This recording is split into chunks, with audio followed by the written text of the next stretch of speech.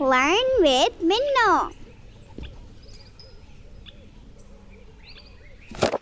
प्यारे नबी सल्लल्लाहु अलैहि वसल्लम की प्यारी ज़िंदगी।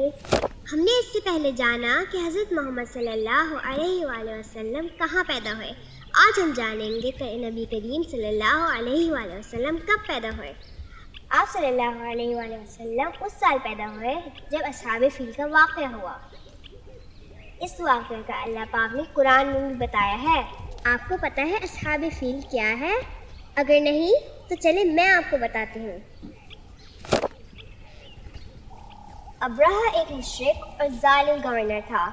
इसने मुल्क यमन में एक बहुत बड़ी इमारत यानी बिल्डिंग बनवाई और लोगों को कहने लगा कि खाने काबा का तवाफ करने के बजाय इस बिल्डिंग में इबादत के लिए आए। मक्का में कुरैश के लोग मुसलमान तो नहीं थे, लेकिन खाने काबा उनके लिए भी बहुत अहम था और इस बात से कुरैश के लोगों को बड़ा गुस्सा आता है। और कुरैश के लोगों में से कोई जाकर चुपके से अब्राहा की इमारत को गंदा कर देता है।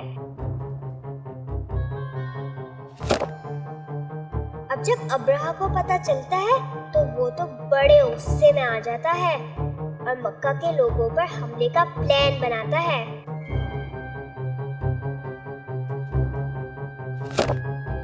अब्राहा एक बड़े से हाथी पर सवार बहुत बड़े लश्कर को अपने साथ लेकर, जिसमें हाथी भी थे, मक्का की तरफ बढ़ता है।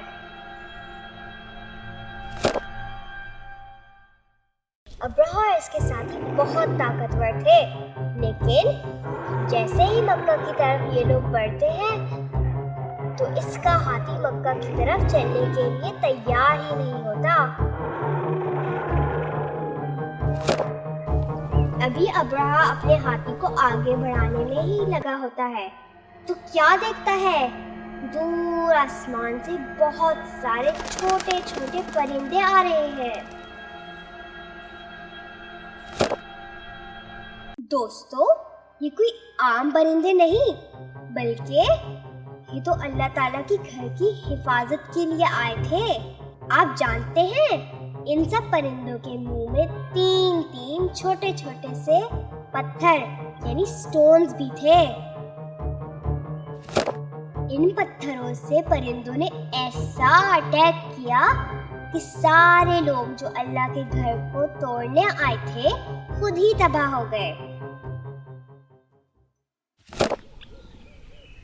इसी साल रबीउल अव्वल के महीने में अल्लाह अपने सबसे प्यारे और आखिरी नबी हज़रत मोहम्मद सल्लल्लाहु अलैहि वसल्लम को दुनिया में भेजते हैं।